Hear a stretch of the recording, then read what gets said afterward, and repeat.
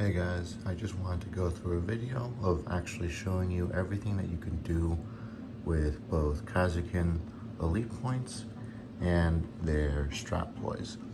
I figured I'd make it into a video instead of just the shorts, so that if you guys want, sort of, I guess, everything in one place rather than having it in different shorts, I could do that for you. So to start off, Kasrkin Elite Points give you a pool of 10. Additionally, they also give you 2 every turning point for being Kasrkin. And you get an additional 2 for having a Kasrkin Sergeant alive. You cannot be dead. Every turning point, so you get 14 at the start of turning point 1, so long as your Sergeant is alive. Kasrkin Elite Points can only be used during a shooting attack or combat. Since you are Kasrkin, I'm going to show you the shooting example just with your medic against the vet guard. So this roll is 2 hits, 2 misses. Kasrkin hit on 4s generally. In order to improve this, we're going to use our Elite Points. So if you wanted to, there are things you could do here. Classic move that a lot of people do is they change a miss into a crit. So you get 2 crits, or you get 1 crit and 2 hits. However, Kasrkin has the ability to affect 2 die. The first die can be affected in any way you want. So as you could see right here, I changed this 3 into crit by using 3 Elite Points. However, you can change this much more effectively by changing a second dice. So, let's reset here. Your first die can be affected any way you want, so let's just do that. We'll change this into a crit. Your second die does have a few rules. Number 1, you have to discard a missed hit. So this die has to go away. You cannot discard a hit in order to do this. The second rule is that you cannot change your second die into a crit. So you cannot make it so that this is, or this would be another crit. It has to just be a hit. So why do it this way? Well, the other way cost 3 Elite Points. This one only costs 2. What you're doing is you're maximizing the effectiveness of your Elite Points, because this may seem like a lot, but it's not really. Once you start shooting, and once you start spending them, and once you start making sure you get crits and all that, they go down pretty fast. A recent FAQ came out with a clarification that I don't think really needed to happen, but apparently it did. It's the only FAQ Kasrkin can have, so I guess be grateful for something. And it essentially says that you can affect your 1s to not take hot damage.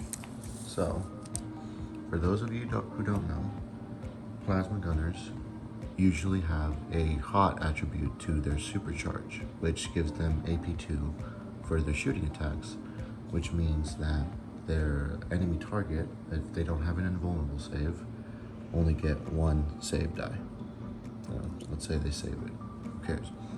However, they also have to take 3 mortal wounds of damage each time they roll a 1. On an 8 wound team, this could be pretty deadly. For example, this roll right here automatically wounds you. So, pretty bad. However, there has been a clarification that you can change this. So if you change this into a normal hit, you no longer take that damage. However, be careful with this, because this is your second die, right? In order to affect this, you would have to make it, you'd have to discard another die. You don't have another die to discard. So if you discard this to change something else, which, there's nothing to change, that would still make it so that you take that damage. Remember, with hot, it's every single one of these dies that you discard. And you discard that die after you say like, okay, my attack is done. You know, this is what I'm going with. So that, at that point, that's when you take that 3 mortal wounds. I just wanted to clarify that for this. So do not let them take this from you, okay? This is yours. This belongs to you. Do not let anybody convince you otherwise. All right, anyways, so let's move on to your Strat Ploys, and we're gonna start with the worst one, which is Safeguard. Are you in cover? Is somebody shooting you? If they are, you can re-roll all your ones. Boom, that was a good one. This is just, okay, you're not gonna use this. Let's move on to something you are gonna use, which is Clearance Sweep. So basically what this is you're gonna put down a token anywhere on the battlefield that's within 2 circle of any enemy. And anybody within that range, right, can be affected by this. Now, what does this do? Well, if your model is also within 2 inches of that, or 2 circles, actually, we're doing away with inches now, so that doesn't matter.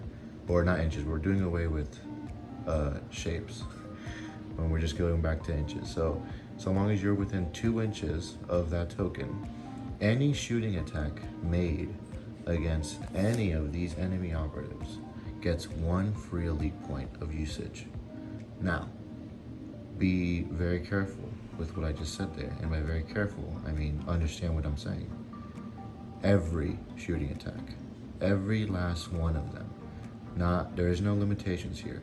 If you charge in all of your models and they all make a shooting attack with people within this range and are within 2 inches, then they get a free elite point during that shooting attack. In fact, let me show you something. So your opponent wasn't thinking and he's bunched up his people. He's misplayed. It's the end of a turning point. This is the scenario you find yourself in. Next turn, what are you gonna do? Well, number 1, you're going to use your Strat Ploy Clearance Sweep. You're gonna place down your token. Number 2, depending on when you go or whatever, you're gonna activate your operative. In fact, you're gonna activate this operative, your Grenadier. Now, what makes Clearance Sweep so good with this Grenadier? As I stated before, every single shooting attack this guy makes will get 1 free elite point. So actually, you're not gonna move him that close, but whatever, you're gonna charge him in and you're going to make a shooting attack against that hardened veteran. Now, for those of you who don't know, grenades have blast, grenade launcher has blast, so anybody within circle, not circle, I keep forgetting it's not circle, it's 2 inches now. New rules are coming out and it's inches, not circles anymore. So 2 inches, okay? You get to make a shooting attack against every single one of them. So, as such, you get, 3 free elite points in this example. This is really powerful, especially with your grenade launcher. Remember, he has a 3-4 damage profile on his grenade. Obviously, he doesn't have indirect, but with that 3-4 damage on a 7 wound team that saves on 5s, and you get 3 extra elite points to use for free, yeah, I mean, I don't think I really need to explain why that's really good. Okay, let's move on to the next Tac Op. Did I say Tac Op? I meant your Strat Ploys. Obviously, bro, just a joke.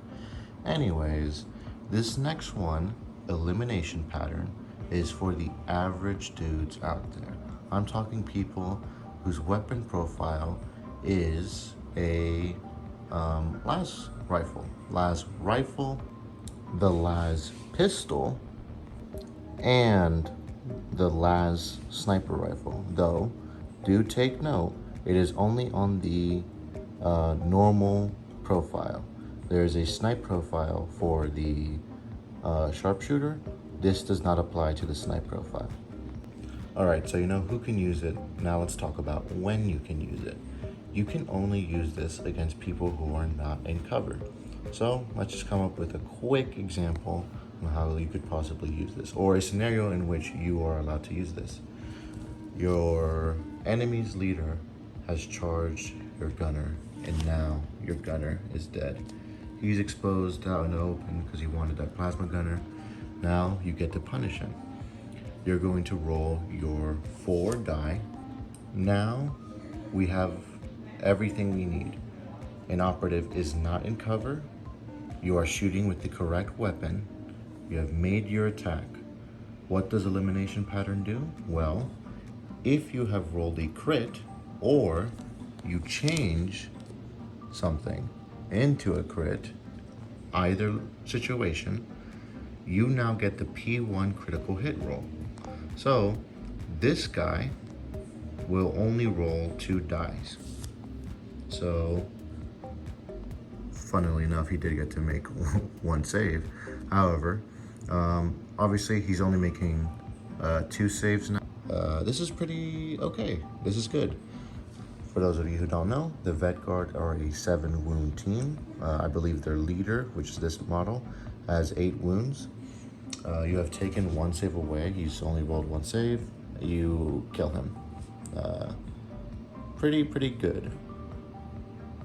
But I mean, is it really that good, bro? This is, again, he is an 8 model team. He saves on 5s. He's probably only going to get 1 save anyway. Do you really need to spend a CP on elimination pattern to kill him just so that your normal trooper can have a better chance to kill him? I don't know. You have a lot of gunner options. This is like a turn 3 or a turn 4 ploy, because now your gunners are dead, your sharpshooter's dead, maybe your sergeant's dead. You're down to your last models, and you need to just have every advantage you could possibly have. In that case, I think, then yeah, absolutely use it. I know I've done it. But if you have other models available, I don't know why you would waste the time. Not only that, let's move on to a different example. Let's move on to an elite team and see how this works. Let's keep the scenario the same. Let's keep the dice the same, except now it's against a Phobos sergeant. I made this guy a Reaver. Thank you for noticing that I didn't actually buy the Reavers. But yeah, let's look at this. So he rolled 1 save. You still don't kill him. You do 2 crits. He's down to 4 wounds at this point, but he's still not dead. Now, I just have a question, because you're like, well, we did a lot of damage, and yes, that's true and all, but what if you had another model that already has a P1 and is far more likely to kill this model?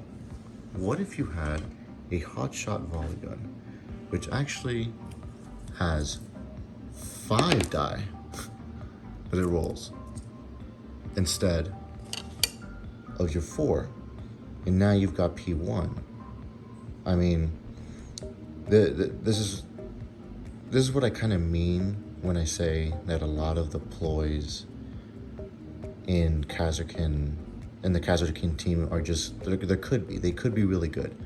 However, you just have a lot of other options that kind of make them, like I said, a turn 3 or turn 4 ploy. You know, if you have a hotshot volley gun, he's got P1. He can probably just outright kill the sergeant way more effectively than your normal trooper can. And there's other things you can do with even your normal trooper that I'll probably get into in another video. But yeah, for this ploy, I just think you have better options, especially with the next one that I'm about to show you. I absolutely love reposition. I think it is your best strat ploy, and it's one that you should try to use once or twice every single battle. I mean, I can't get over how good it is. So essentially, any turning point after the first one, so you cannot do this on the first turning point, you can choose any model, and then any other friendly model that is within 3 inches of that model, so this would be the sergeant in this case, can immediately perform a free dash. This is just amazing. It's amazing in many ways. I think a lot of people use it, for example, maybe you only have 2 models that are close to each other, and you quickly spread them apart, or you move them up or something like that. I think a lot of people use it defensively, and that's pretty good to use defensively. In fact, I'll show you a way that I used it defensively, actually pretty recently. But I love using it offensively. So let's set up an actual scenario that happened between me and my friend when we were playing. So number 1, he was playing his blooded, so I don't have the blooded with me, but I do have the vet guard, which are pretty close, minus the ogre, of course. This was the basic layout here that was happening. This was the end of the turning point, the first turning point. I had purposely bunched up my guys over here so that this situation over here could happen. He had brought his medic up and his grenadier up. His grenadier with the purpose of doing massive damage. Now, my friend had forgotten about reposition. He had just forgotten about it. So, when the next turning point happened, in real life, I won initiative, which was great. But that didn't really, it just changed what I was gonna do. Either way, with reposition, what I did was I moved my demo trooper up. I moved my plasma gunner over here. I moved my sergeant up to this position, and I kept my medic right there. Actually, I think I might have measured it out to do this, to have the medic right there. But yeah, this is what I did. Now, why does this work with this team? Well, obviously it gets everybody out of blast radius, that's number 1. But number 2, I won initiative, so I now have a good opportunity to use my demo trooper, either as an attack, or any other reason. If you want to plant your bomb, for example, you know, I'm gonna explore this situation again in a future video, because I think this is like a really good example of ways you can use Kasrkin. But again, we have to go into a lot more explaining of the operatives, what they can do, and how they work together. So that'll be in a later video. However, let's go through the exact same scenario, except let's say I didn't win initiative, so I couldn't do this. What could you do, right? So here we are, we're reset. What can we do? Well, number 1, since I didn't win initiative, I can't really do what I did. So all I do is I retreat with my medic. So he's back there. I push my sergeant just a little bit like that. Still move my plasma gunner over there. And I keep my demo trooper there. So what this does is it gets everybody out of blast radius. My medic is still, hold on. He should be, yeah, still within 3 inches. So, you know, he can still revive my sergeant if he dies. And now I'm in a better position to actually deal with anything that my opponent throws at me.